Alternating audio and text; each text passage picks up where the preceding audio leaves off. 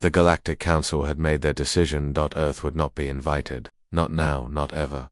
The message had been delivered 2 weeks ago. Cold final. 12 racers had voted. 11 said no. 1 abstained. Earth sent no reply. No protest. No warships. No noise. Just silence. The galaxy moved on. That's what they always did. Small, loud planets like Earth came and went all the time.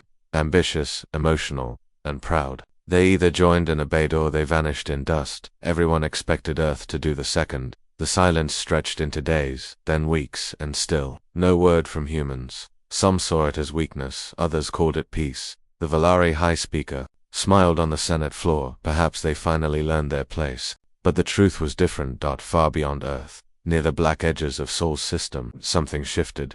Old listening posts once used to monitor alien traffic went dark. No alerts, no signals. Just off.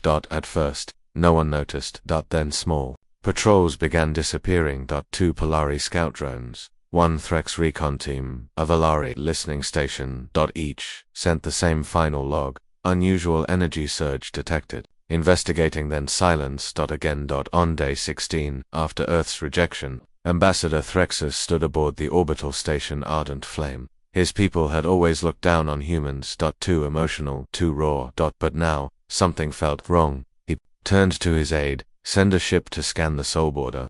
Just routine. Yes, sir. Which class? He hesitated, then said, military. Captain Myra Kohler of the Valari Union sat bored in her command chair.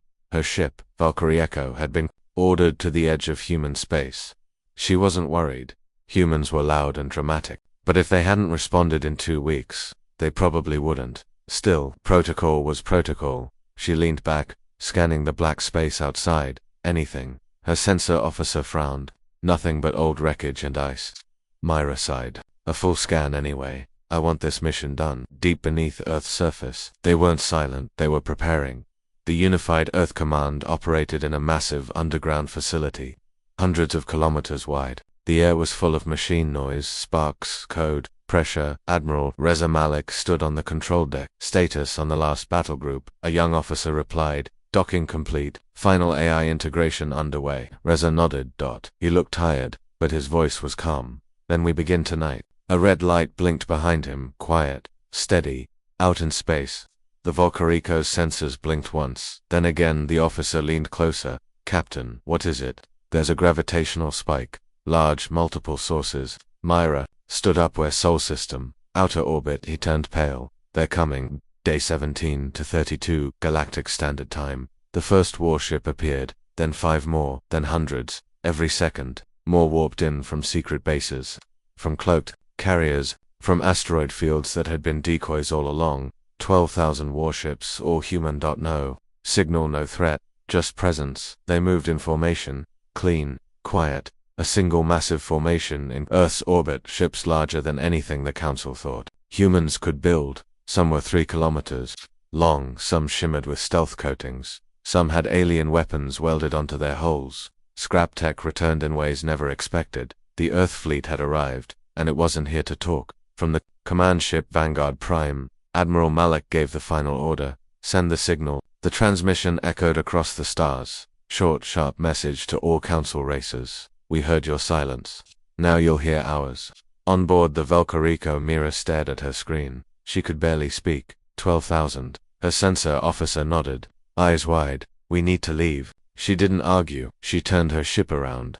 Fast. No one had expected this. Not the Council, not the fleet commanders, not the spies watching. Earth for years. Earth hadn't been quiet because it was scared. Earth had been waiting. Now they were ready, and that was the last quiet day. The last day the galaxy ever thought of Earth as weak, because silence was just a breath before the storm. The signal spread faster than light, across deep space channels, through encrypted trade relays, inside broken satellites that still bounced messages between stars.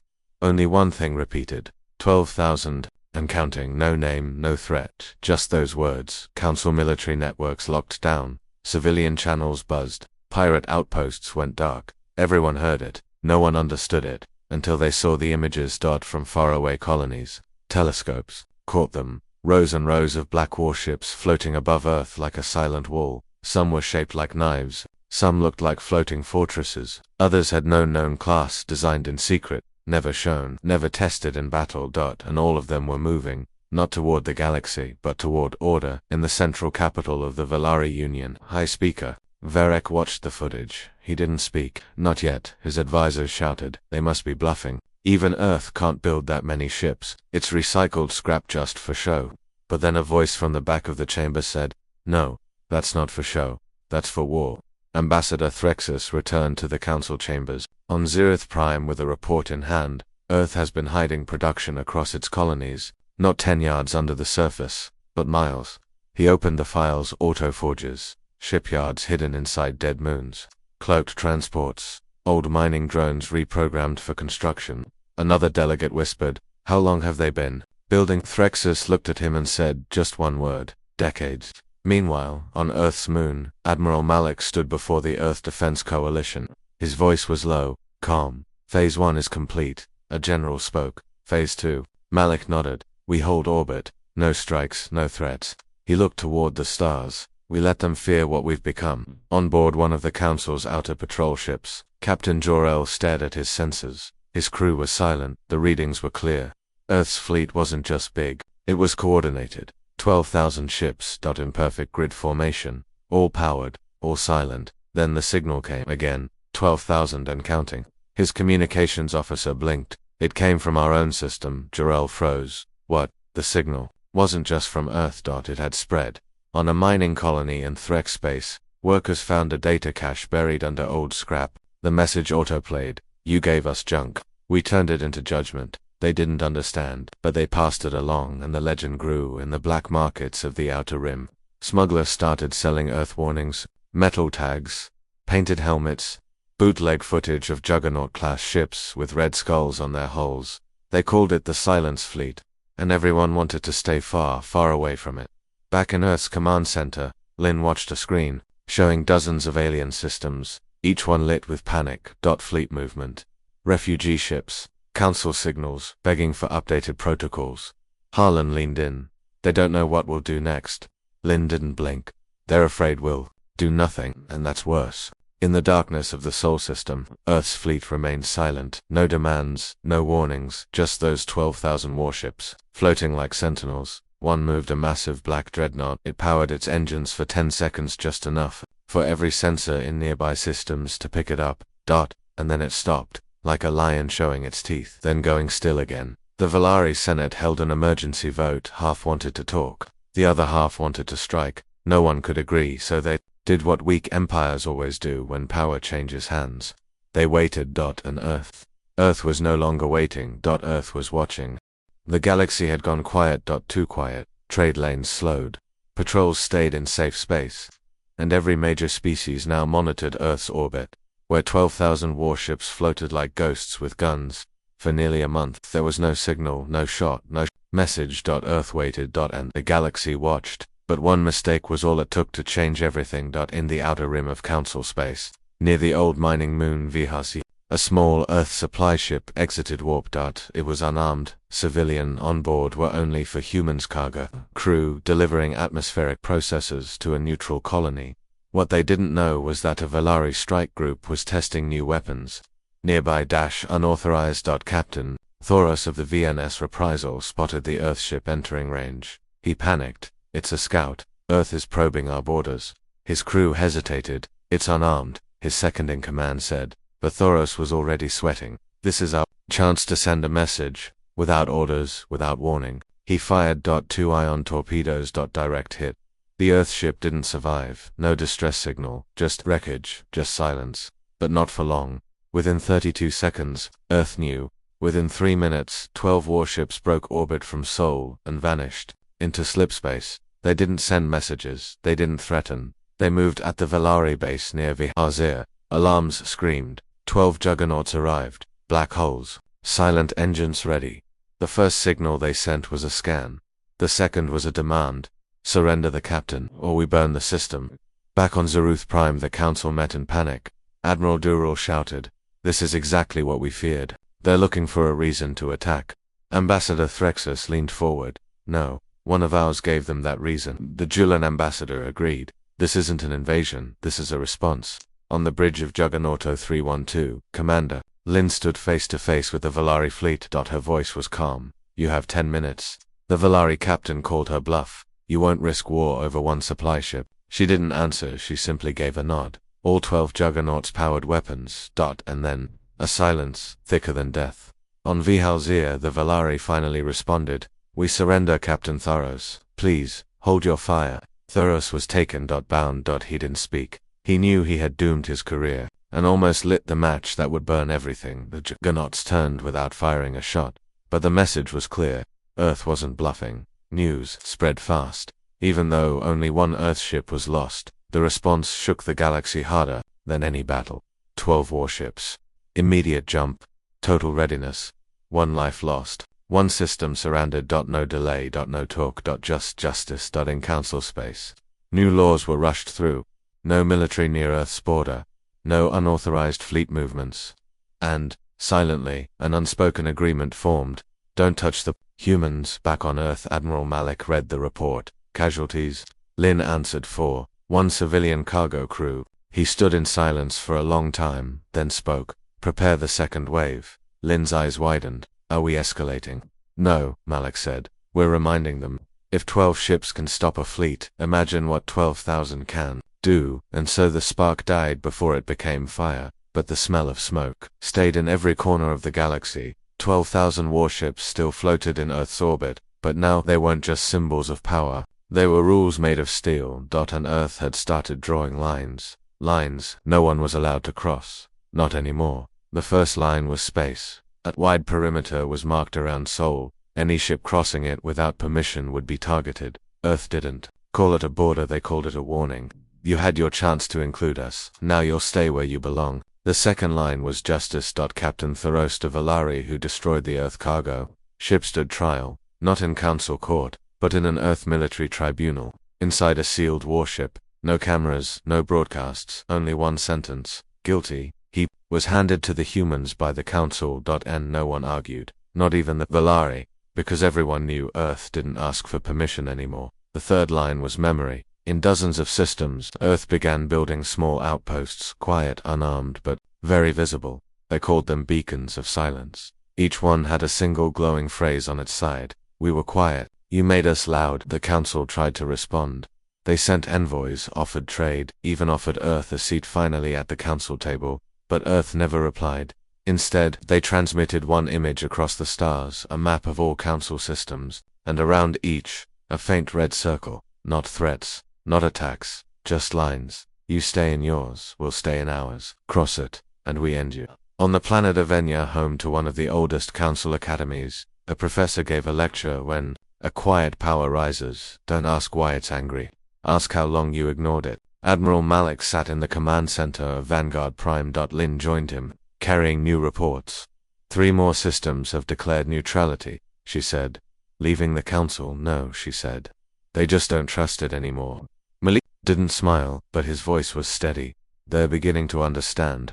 Words didn't protect us, so we made something that would. He turned to the display screen. 12,000 ships. Still in formation, still waiting. In a backroom meeting of the surviving council leaders, fear turned to something worse. Desperation. They want isolation, one ambassador said. Want control, another replied. But none dared suggest war. Not now, not with the red lines drawn. Because now they knew, the Earth that once begged for respect would now crush anything that crossed its boundary. In the quiet of Earth's moonbase, a young pilot stood at attention. Her commander pointed at the sky above. Do you see those ships? She nodded. He said, every ship is a lesson, and every lesson has a line. If they cross it, make sure they don't walk back. And so the galaxy shifted. Not with weapons, but with will. Not with invasion, but with boundaries that dared the galaxy to test them. And so far, no one had. The council was created to keep peace across the galaxy. 12 great species, 12 votes, 1 voice. But after Earth's fleet appeared, 12,000 strong and silent, that voice began to crack. Now, there were only arguments. In the high hall of Unity on Zereth Prime, the 12 council ambassadors stood beneath the Great Seal. Screens above them showed the same loop. Earth's fleet, rows of Juggernaut-class ships, each perfectly still, each bristling with unknown weapons. Some wanted war, some wanted surrender, but none could agree on what Earth really wanted.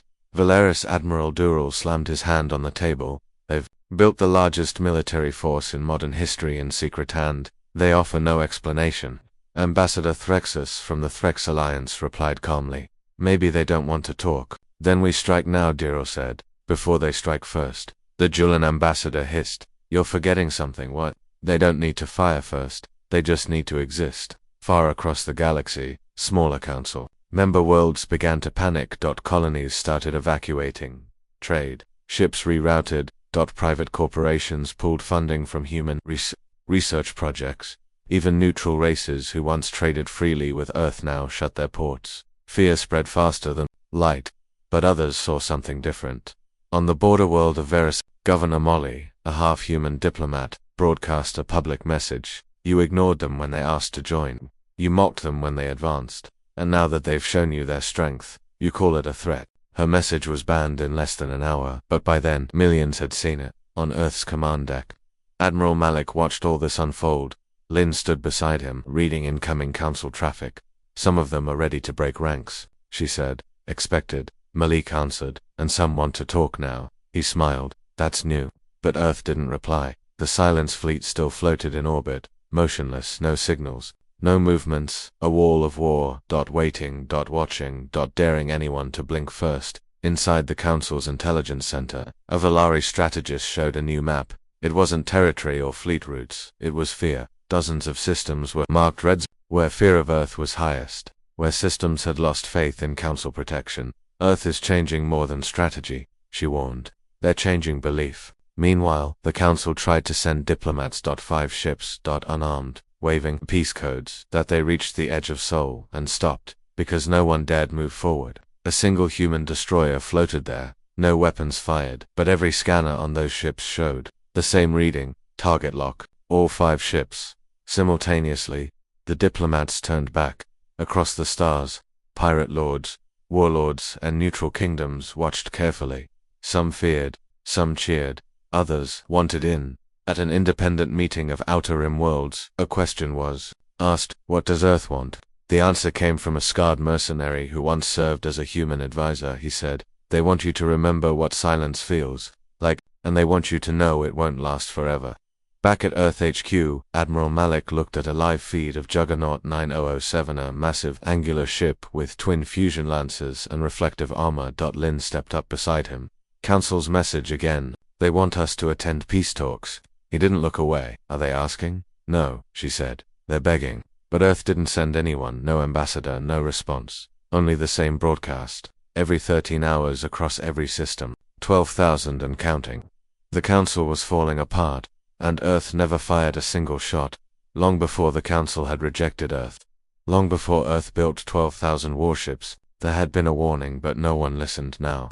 The galaxy remembered. In an ancient archive buried deep on the planet Volcaris, a historian accessed restricted records from the old wars, lines of redacted files, faded reports, and one glowing report file marked with just 2 words, First Contact. The file told the story of a Threx exploration ship that visited Sol nearly 100 years ago. At the time, Earth was just reaching interstellar capability, primitive, loud, unrefined. The crew expected to find a backward, fragile world. Instead, they found ambition, and something more dangerous. Memory. The file's last entry read, humans do not forget. They do not move on. They rebuild. They adapt. They remember.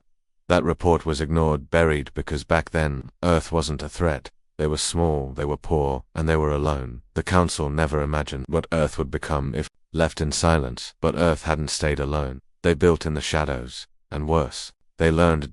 They watched how the Council operated, how power moved behind smiles. They studied failed empires. They traded silently through proxies, and they prepared for the day they would be denied a seat at the table, because humans had a strange trait. They planned beyond today, in a secret listening post on the edge of Threx space. A retired intelligence officer watched Earth's fleet silently orbiting its homeworld. He leaned back, lit a stick of kelroot, and muttered, Earth would break after the war. His young assistant looked confused. What war? He exhaled smoke. The one we never admitted to. Years ago, Earth had fought a hidden war against pirates funded by Council companies. They weren't supposed to survive, but they had. And more than that, they took what was left, and built from it. junk, rex, alien tech.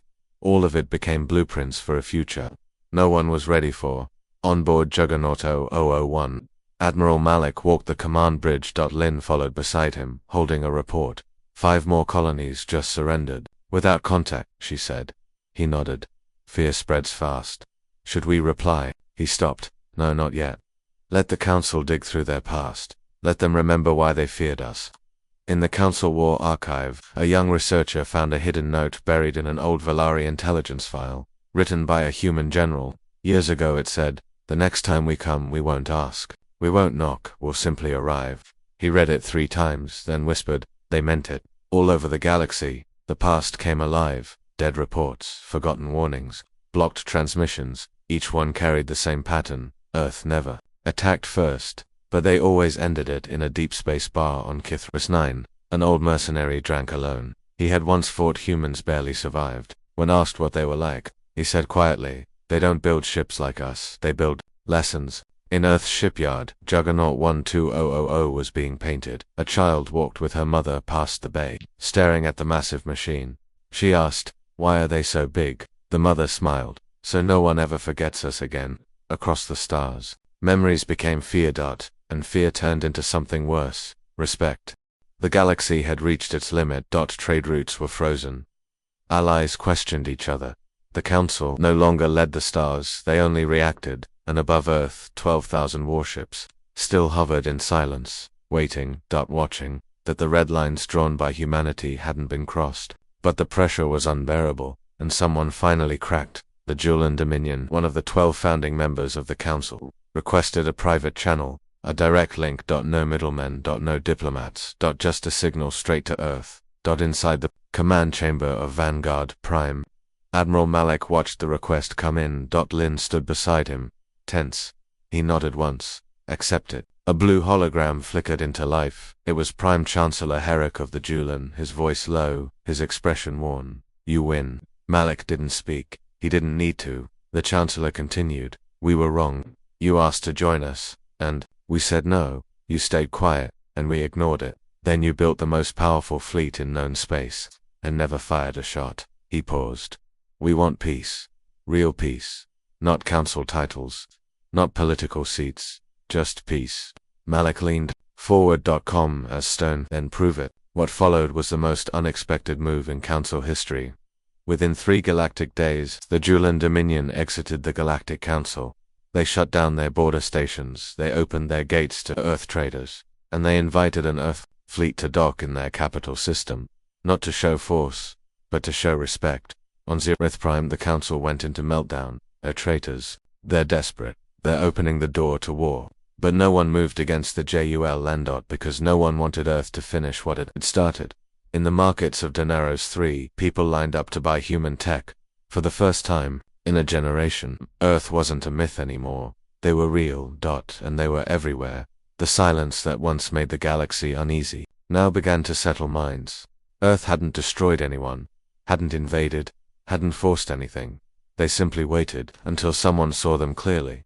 And the Julian finally had in a hidden bunker beneath Earth's Arctic command. Malik met with senior Earth leaders. Lin read the new terms. The Julian offer a full technology partnership, open space treaty, and non-aggression pact. Malik raised an eyebrow. No council veto, nope. No military observers, only one request. Lin said, "They want a human advisor in their Senate." Malik smiled. "That's not an offer, that's history." In the quiet chambers of the Julian capital, a young senator stood as the Earth fleet arrived. 12 ships. Not 12,000, but each one was a message. "We don't need to bring all of them. You already know what waits behind."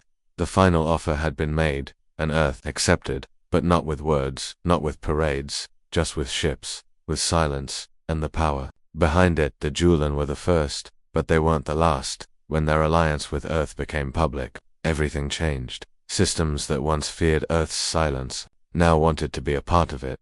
The Council fractured like glass under pressure. The Valari Union, embarrassed and divided, tried to hold power. But their fleets were retreating. Their colonies were quiet. And their citizens asked the same question. Why didn't we listen when Earth knocked? In the far reaches of the galactic rim, small planets lit up with excitement. For centuries, Earth had been a name whispered in fear or laughed at in elite circles. Now they were leaders, but not by demand, by example. In a private chamber on Zereth, 6 council ambassadors held a final vote, not on war, not on peace, but on disbanding the Galactic Council itself. They voted 4-2. It was done after 6,000 years. The great union of species fell apart, not because of battle, not because of rebellion, but because of a silence they didn't understand until it was too late. On Earth, Admiral Malik stood at the edge of a dark balcony, staring at the stars. Lin joined him, holding a datapad. More systems requesting trade. 2 more asking for protection treaties. He didn't speak for a moment. Then he asked, "Are they afraid of us still?" Lin smiled. "Some are. Most respect us now. And a few want to learn." In orbit above Earth, the Silence Fleet finally moved. 12,000 ships began shifting formation. For battle, but for deployment, hundreds peeled away in wave sent to patrol trade routes, assist colonies, escort diplomatic vessels. The galaxy watched, unsure of what came next, and then Earth answered. A new broadcast echoed across every open channel. No threats, no military anthem, just a simple message. "We were silent. You made us speak. Now we lead not through fear, but by remembering who we are." Humanity had waited centuries, mocked, denied, ignored, but they didn't rise in rage, they rose in readiness. And now that they stood at the top, they offered order, not control. Balance. A new coalition formed. Not a council, not a throne, but a table, open to all. With Earth at its center. In the education halls of the young colony world Kessa Prime, a teacher wrote on the board, "History turned when the galaxy expected silence, but Earth answered with unity." In time, the Silence Fleet was renamed. It became the Linekeepers, not invaders, not conquerors, but guardians, ships that stood for peace, but held the power of war. No one wanted to test that power again, and no one needed to, because the galaxy had finally learnt. Earth, once forgotten, was now the heart of something greater, and in every corner of space, wherever a child looked up at the stars, they'd hear the same story. Be careful who you ignore, be careful who you silence, because one day, they might return, with 12,000 ships behind them.